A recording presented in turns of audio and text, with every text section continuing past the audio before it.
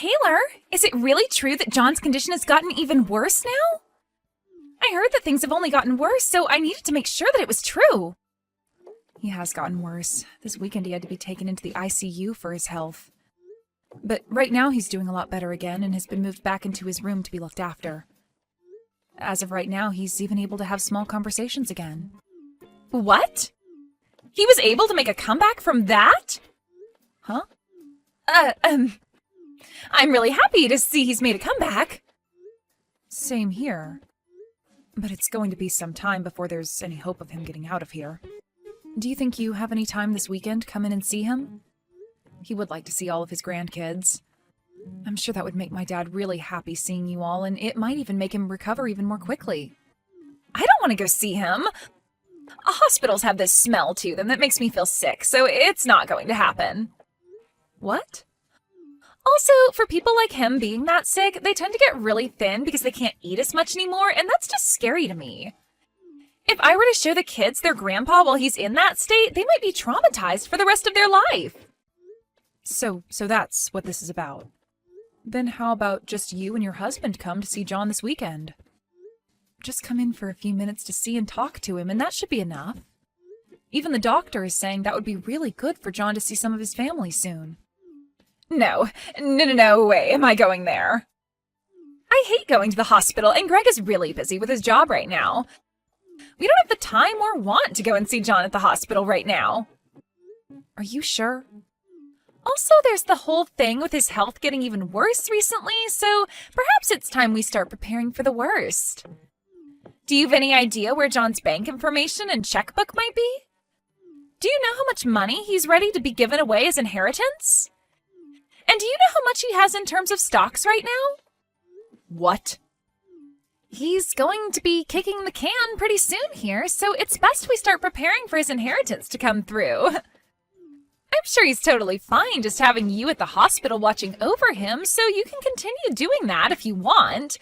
I'll manage everything that has to do with his money and properties, all right?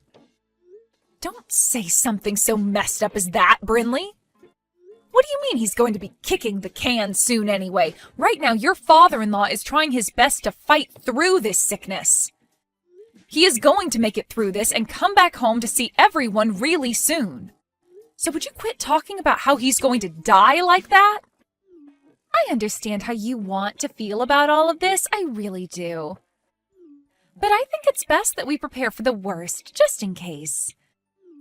We wouldn't want to be wasting our time later on with all this when we'll want to be focused on mourning him, right? You stop all that right now. There's no point in dealing with any of his money right now anyway, right? You're too busy to come and see him in the hospital, so you must be too busy to deal with any of that right now. So leave all of this talk about his inheritance be.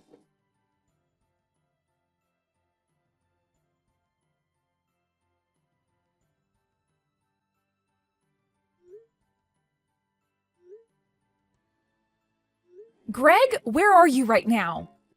I have been telling you to come to the hospital as quickly as you can. Your dad has finally gotten out of this hospital, but as soon as we got him home, he collapsed again. Do you have any idea what time it is? I get that it's an emergency for you, but come on, it's 3 a.m. for me. Once I've gotten my beauty sleep, I'll come to the hospital. I'm sure it's just the same old thing with him anyway, and he'll be around for me still when I get up. Once things are all handled over there and I'm awake from my sleep, I'll be over there. I'm not messing around right now, Greg. You get your butt in here right now and see your dad. He is not doing well at all, and his breathing is getting really shallow. I think this might be it for him. What? So please hurry up and get to the hospital. This is not the time for you to be sleeping, all right? This might just be your last chance to ever talk to your dad again. Are you kidding me? In other words, this means my time has come as well. Excuse me? Nothing, Mum. Don't worry about it. I'll be on my way to the hospital right now. I'm going out to the car right now, so just wait for me a little longer.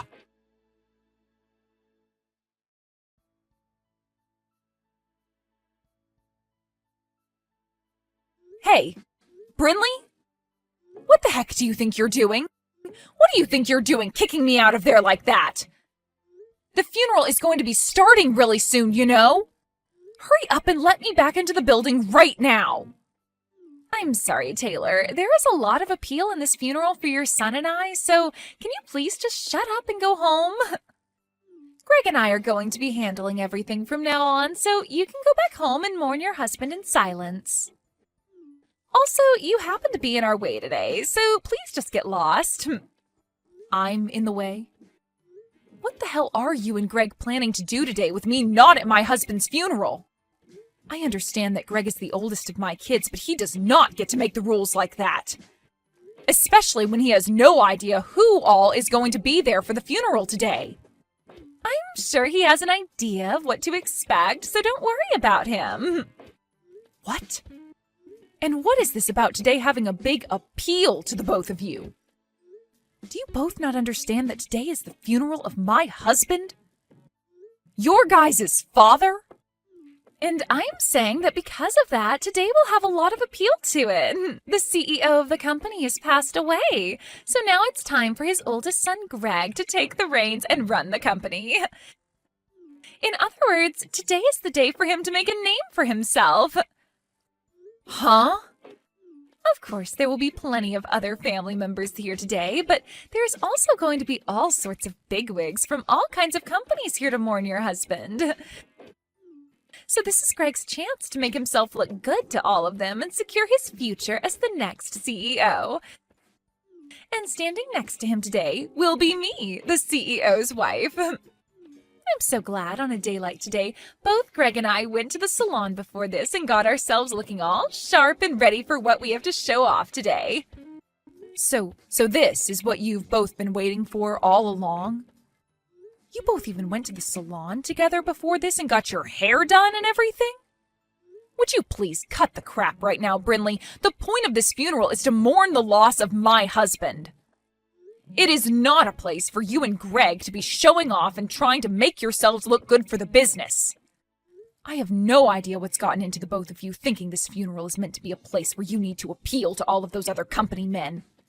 And the fact that Greg said it's his time as well now... Please do not ruin my husband's funeral like this just for your guys' selfish desires. The only person here that needs to cut the crap is you, Taylor. Your husband just died on us, and the next person in power is going to be your oldest son, Greg. Do you really think it's okay for you to be talking to the most powerful man in this family's wife like that right now? Huh? I totally understand that you still have a lot of emotions flowing through you as your husband only just passed away. But could you please pull yourself back to reality for me? After your husband's gone, it's the oldest son's turn. And since that's just happened, you are no longer the queen of the family. All you are now is some powerless old woman that we could honestly do better off without. Excuse me? I'm sure the only reason you have all that confidence in yourself right now is due to the power that your husband gave you. But those days are over for you now, so please give it up and let us take the wheel. Your days of being the ruler in the family and telling me what to do have died along with your husband's days of being the CEO. And since when have I been telling you what to do, Brinley? Huh? Tell me when you haven't been. How about that? Telling me to come see your husband as he was dying, even though I don't care for him, and telling me to bring my kids along to see him, even though his sickly body would have scared the crap out of them. Seriously, every time you tried telling me to do things, it really pissed me off. It's a waste of time to go out and see some old geezer that's about to die. Why would I ever want to do that? Did you really think that by having Greg and I there to talk to him and see him with you, he'd start to recover from whatever BS sickness he had? What the hell do you think you're saying right now? What do I think I'm saying? Well, I'll tell you. But not with words. You'll just have to wait and see, because right now I can't handle you in that attitude anymore. The funeral's about to start soon as well, so I don't have time to waste on you. I know we were just getting to the good stuff, but that'll have to wait. I'm finally going to be the wife of a CEO, and I can't believe just how much I am smiling. At a funeral! What? The wife of a CEO? That's right! Remember that since now your husband is dead, he's going to be leaving a lot of money behind for us. So we're going to be taking all of that money and everything, as well as taking over the company he's left for Greg. I thought that was pretty clear to you already, though. But anyway, once he's the CEO, I'm going to be the CEO's wife, right? Did you know that ever since I was a little girl, I had always wanted to be the wife to some super wealthy CEO? So now that my dream is finally coming true for me, I just can't stop myself from smiling. I think I've had enough of you both. Especially you, though, Brinley. Kicking me out of the funeral and then taking it over as though it's meant to be about you both. And not just that, but now you think you have access to all my husband's money and his company, which has led you to grin like some maniac? You really are such a shameless woman. Well now, I'm going to have to hide this smile for the time being and put on a more serious and saddened face to trick the masses. It would be pretty wrong for me to be smiling at a funeral of all places, right? Well, you've been pretty messed up this whole time, so why hide it at all? I'm trying to text Greg right now, but he seems to be ignoring me. For some reason, I'm getting the feeling that all this isn't going to play out in your guys' favor, though. Now, I'd like you to leave the premises at once and head back home with your mouth shut for us. The CEO of the company has struck out, and the next up to bat is his oldest son. And me being his wife means that I'll become the wife of a CEO. Greg isn't even a part of the company. What? Yet you still believe that he's going to be able to get into the company and become the CEO of it right away? You must be so excited about becoming the wife of a CEO that you totally forgot about common sense. I'm sorry, but the next CEO of the company has already been decided. And of course, since Greg hasn't been working for the company at all, he is not going to be the CEO. If you understand that now, I want you to open the door for me and let me back inside. What do you mean he's not been working for the company? Greg has told me that ever since he graduated from college, he's been working for his dad's company. And when was it that he told you that? It's been 3 years now since Greg was fired from his dad's company. Huh? He was fired? Yep. He was awful at all of the work he was left to do, and that really started to piss his dad off a lot. Of course, when he got fired, it was during a time where he was supposed to be taking care of a really important customer to the company. But he cried about having to do all that work and bolted from his responsibilities. That then pushed his dad over the edge, and he said he was no longer going to deal with Greg anymore. Although my husband's first thoughts were to make Greg the next CEO someday, those thoughts quickly disappeared, and the next thing he knew, he was firing Greg.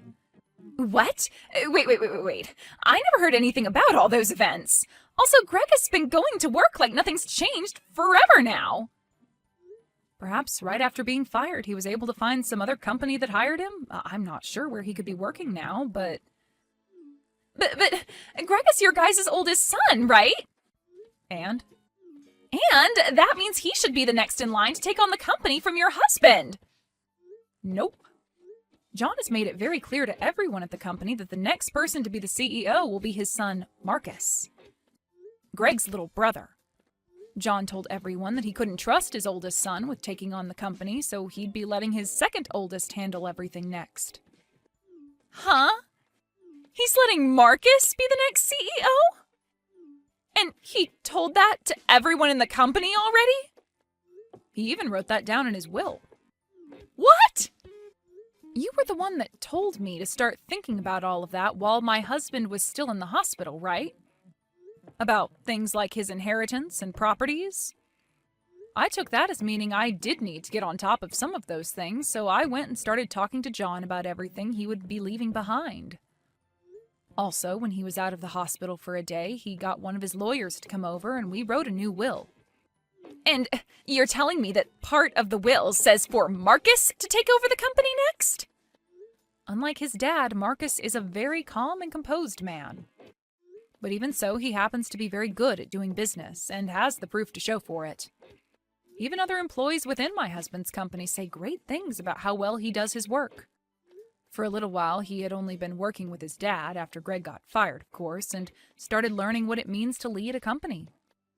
So this was always going to happen. Marcus becoming the next CEO. But just to make sure there'd be no hiccups, we wrote it down in John's will. You're lying. There's no way. The next CEO should be the oldest. And Greg is the oldest son to John. I've never even heard of an instance where the oldest was skipped and the next in line was given the company. Well, John had no other choice. His oldest was far less competent at his job than he had thought. Huh? I'm so happy that today Marcus wasn't able to make it to the funeral. I'm sure he feels bad about having to be in New York for a business trip and all right now, but at least he doesn't have to be here when his stupid older brother and moron sister-in-law are right now.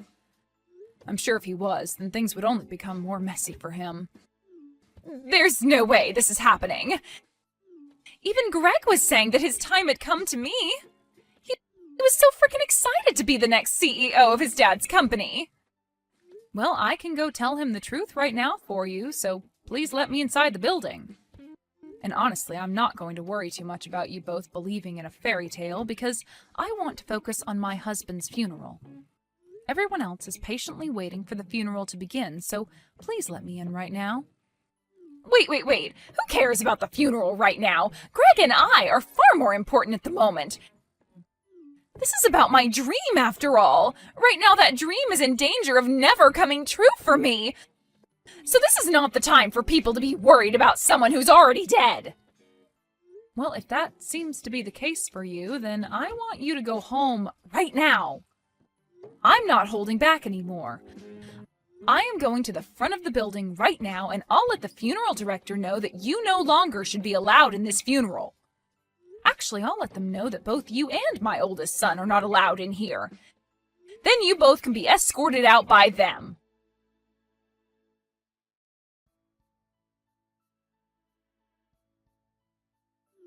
Mum, what is all this about? Why am I not allowed to become the next CEO?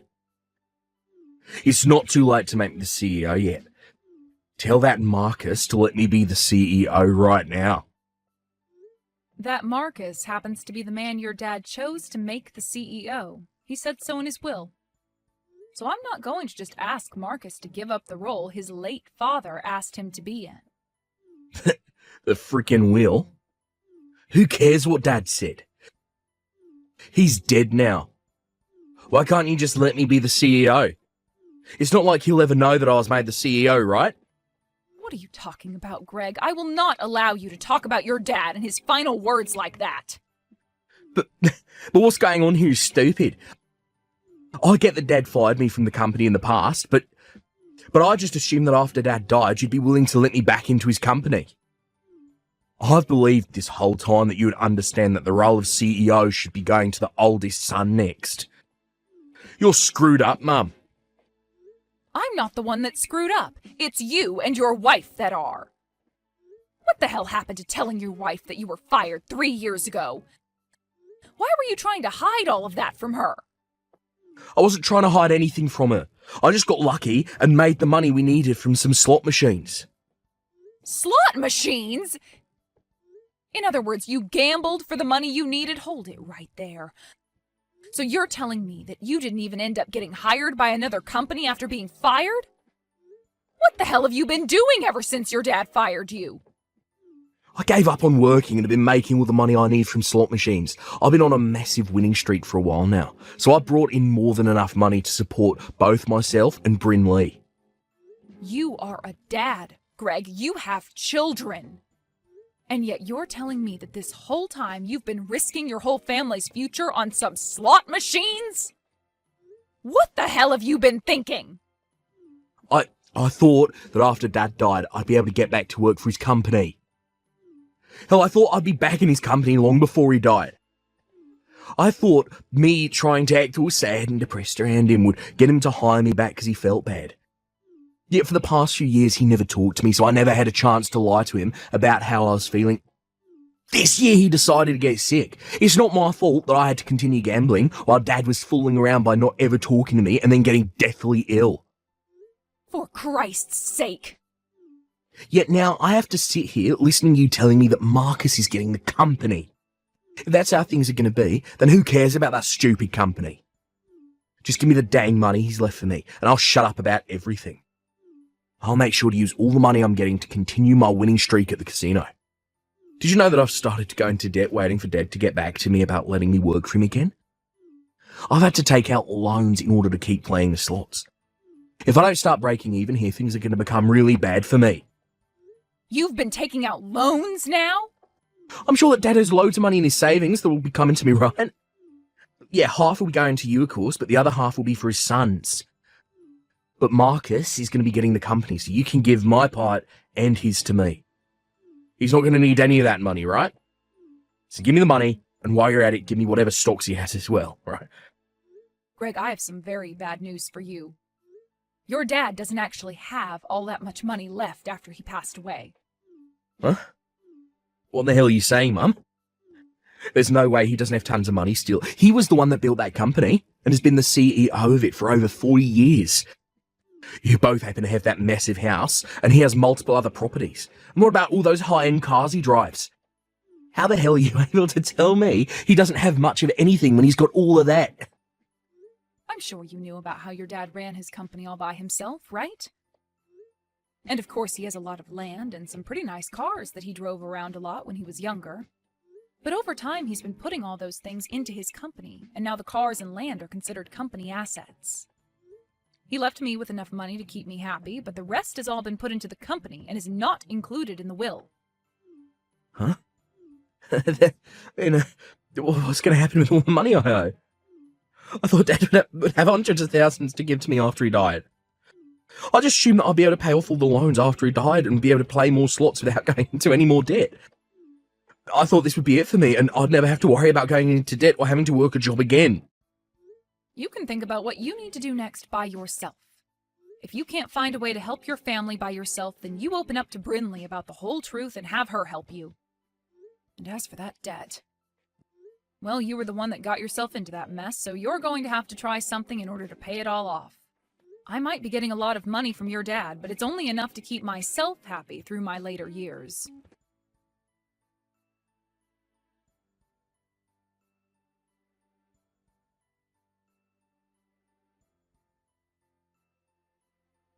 I have something I really need to ask from you, Taylor. Can you please make Greg the CEO of the company?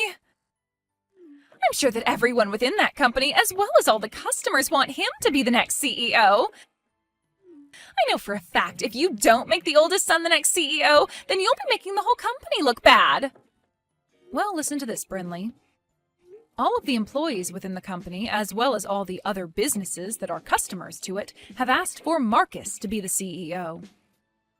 He's already been around all of them for years now, and every single person trusts that Marcus can get the job done right.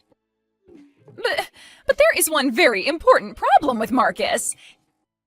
He isn't even married yet, so what's going to happen to the company after he's passed away or retires? That's why, right now, you need to take this moment and make Greg the CEO of that company before it's too late. Huh? You're worried about what happens to the company after Marcus? I'm sure that Marcus might be good at the work he does, but he doesn't have a woman, and it seems like he never will.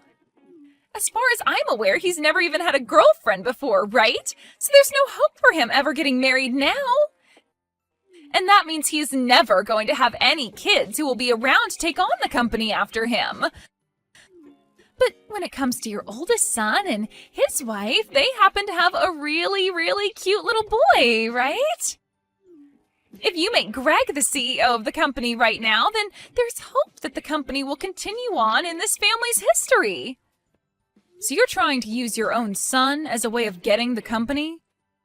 Well, Brinley, did you know that you have no voice in telling Marcus who he can and can't choose as the next CEO of the company? He doesn't have to give it to anyone in the family next. He has every right to pass it on to one of his best employees, or he might even want to sell the company to someone else. So, nobody, not myself, nor you, nor Greg, has any right telling him what to do with the company when he retires. I probably won't even be around by that point, so there's nothing I can do about it. No way! I've heard about the debt your husband is in right now. I understand that you and him are trying to do everything you can to get any money left by my husband, but you need to give up. Don't tell us to give up like that. It's not as simple as you might think. Right now, our lives are on the line. Right now, Greg is in debt $30,000 to loan sharks. Really? That much? You have to do something to help us pay all of it off. This is your son's debt we're talking about. Also, I happen to be suffering a lot because of it, so as my mother-in-law, you need to help me, please. You shut the hell up right now, you complaining witch. You are both frickin' adults now with children and need to learn how to take responsibility for yourselves. I don't give a crap about that guy's debt, and I never will. Also, he happens to be your husband, so do your dang job and support him through this tough time. Back when my husband was building his company, he got into $100,000 worth of loans, and we worked together to pay all that off. So you can handle $30,000, you baby. You might have been able to handle all that, but I can't. I might be his wife, but I just can't. Then go ahead and divorce the sad loser. It's your frickin' life after all, so you decide what you want with it. Now that's it from me. I can sympathize with all the crap you're going through right now, but you have to take responsibility for it and handle it. But wait, Taylor! Are you going to leave the both of us? Aren't you going to help us out at least a little? You know dang well I'm leaving you both. I hate you guys with every bit of my heart. What? You tried to kick me out of my husband's funeral. You then went around smiling about the fact that you could use his funeral to make yourselves look good. I don't plan on ever forgiving either one of you for something as cruel as that. Yet now you're asking for my help? Absolutely not. No, wait, Taylor, that was, No, I'm going now. I don't hold any of this against my little grandkids you've given to me, but you and Greg deserve to receive all of my hate. So I really hope that you two can figure something out, for their sakes.